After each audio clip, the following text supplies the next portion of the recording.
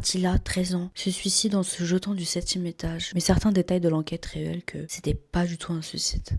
Aurora Tilla, une jeune fille qui rentrait tout juste dans l'adolescence, vivait une vie normale avec sa maman et sa grande sœur. Elle était joyeuse et mignonne, mais tout bascule quand elle se met en couple avec Mario. Il faisait beaucoup plus âgé qu'elle et était beaucoup plus grand et plutôt musclé pour son âge. Il avait tendance à être très colérique et parfois même très violent. Il a même mis le feu à une caravane une fois.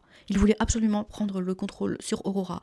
Il voulait tout savoir en temps et en heure tout le temps. Il était vraiment extrêmement jaloux. Aurora, bien qu'elle soit très jeune, je vous rappelle qu'elle a uniquement 13 ans, et folle amoureuse de Mario, elle a rapidement compris que c'était mauvais pour elle tout ce qui se passait. Mais lorsqu'elle a voulu le quitter, il a pété un câble, il a commencé à être vraiment violent avec elle. Elle en parle à sa maman et à sa grande sœur, elle se rend chez la police. Aurora a même montré ses blessures, et elle en avait pas mal sur le corps, mais aussi les terribles messages de menaces, etc. qu'elle recevait de Mario. Mais comme dans toutes les histoires que je raconte sur cette chaîne, elle n'a pas été prise au sérieux, personne ne les a calculées parce qu'il faut savoir que la maman d'Aurora est même partie voir les services sociaux. Mais eux aussi n'ont rien fait. En fait, ils disaient que vu que c'était des petits de 13 ans, bah c'était rien en fait, c'était des histoires de merde, des disputes, c'était pas très grave quoi. Alors qu'il a quand même frappé Aurora.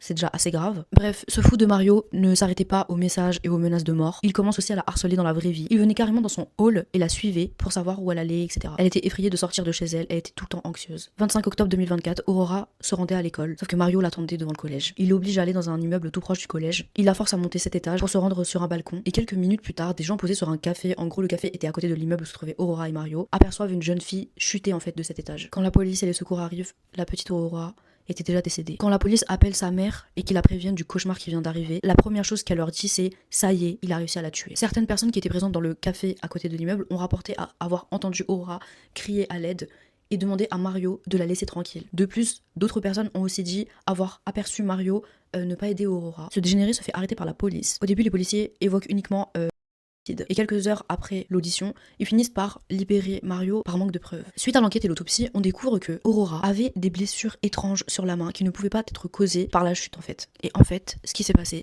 c'est que quand Mario a poussé Aurora du 16e étage, elle a tout d'abord essayé de s'accrocher à la barre de métal qui se trouvait sur le balcon. Et cette grosse merde, ce qu'il a fait, c'est qu'il a pris un tournevis et il a mis des grands coups sur les mains d'Aurora pour qu'elle lâche la barre. Et en fait, vraiment, ça me brise le cœur de l'imaginer, la pauvre petite, s'accrocher de toutes ses forces pour lutter pour sa vie.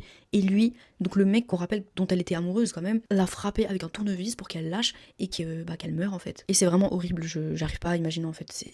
Waouh. Après, ce qui se passe, c'est que la grande sœur d'Aurora poste des screens des SMS menaçants de Mario, etc. Les trucs horribles qu'il lui a dit. Et Mario se fait arrêter une deuxième fois, mais cette fois-ci pour homicide volontaire. Et malheureusement, il risque uniquement 18 ans de prison en vue de son très jeune âge. Cette histoire est vraiment triste et encore une fois, elle aurait pu être évitée. Qu'elle repose en paix.